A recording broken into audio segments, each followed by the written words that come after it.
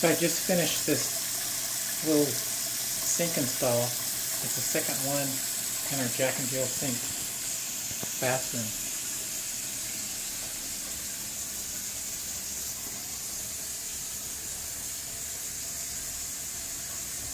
Doesn't look pretty, but it works. This is sink number 2, and that's sink number 1. All I got to do now is put up the mirror.